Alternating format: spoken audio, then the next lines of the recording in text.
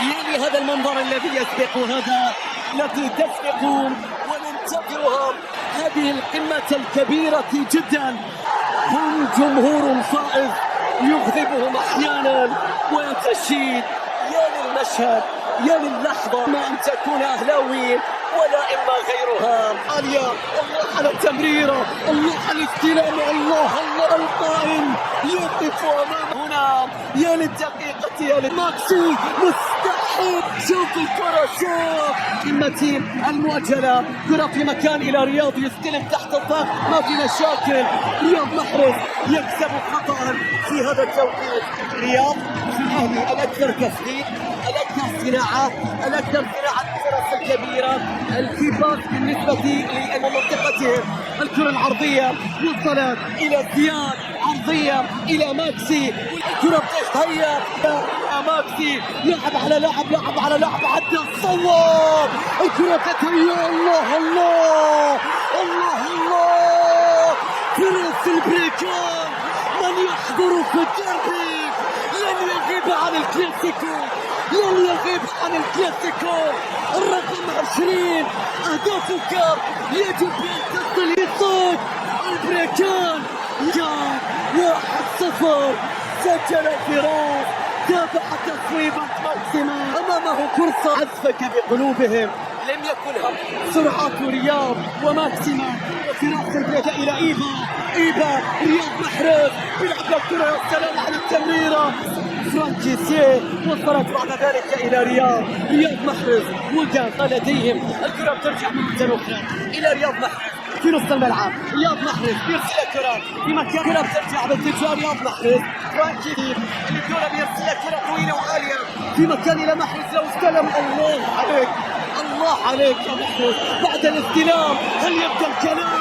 الله، عرضية مستحيل اللقطة. الراية ترفع وتلغي، صناعة لا تنسى أبدا، امتصاصا وكنترول وحل فردي. ماكسي يبطل، ماكسي عدى، صور ماكسي. ماذا فعل ياسين بونو؟ يبقي على الهلالي كما يفعل دوما في الكثير من الأحيان. شوف ياسين يبقي على الهلالي مرة أخرى. صورة إلى مشاير، لكن بعد ذلك شوف رياض محرز بواجبات فاعلة في التمريرة. وصلت إلى رياض محرز قبل الكرة، رياض استلم حتى رياض سعود عبد الحميد يعود في التغطية. ماكسي يتراقص، يتلاعب، الله عليه بالأخطاء التي حدثت، وهو كرة إلى الأجواء. رياض محرز بيرسل كرة عالية في الجانب الآخر، راسية، إعادة مرة أخرى إلى رياض محرز وتغيير الاتجاه. الكرة أطول من اللاعب، مالكوم يحل الفردي، عدى من لاعب، عدى من الثاني، عدى مالكوم، عرضية من الله لا يفتقد إلا من يعني لك الكثير. في قمة الزعل بالنسبة لي المرة، تعود الكرة إلى الروبن نيفيز، لكن رياض أقرب، عادت إلى نيفيز، لكن في الجهة اليمنى. ساعة كاملة من المتعة، ساعة يلعب الكرة رياض محرز رأسية في الملعب. كرة عبد الباسط، ضربة مدافع وقراءة الكرة تصبح الآن مرتدة. فراس ياخذ مكان، ماكسي ياخذ كرة، بتتحول الآن في الجهة اليمنى في مكان إلى رياض محرز، ولكن الكرة أيضا بتتخلص. تعود الآن عن طريق رياض محرز، حافظ عليها، يرسل الكرة، محاولة إلى فيرمينيو، تصويبة طريق الروبن نيفيز، يلعب الكرة عرضية لكن عبد الباسط. وصلت إلى رياض، سيطر رياض، مر رياض، فر والتشجيع يستمر. يسبق المباراة إلى صوت يرتكب أثناءها. جهة اليمنى وصلت إلى رياض، وصلت إلى يسارهم، وصلت إلى مسارهم. هذه كراته، يلعب الكرة إلى مالكوم، يرسل الكرة إلى مالكوم، بيعدي مالكوم. مستحيل يا مالكوم، مستحيل يا مالكوم. الدوري أقسم بهدف بهذه الصورة. القمة المؤجلة، الهدف الخيالي، صناعاتك أجمل. أما هدف الكرة ترجع مرة أخرى من جديد.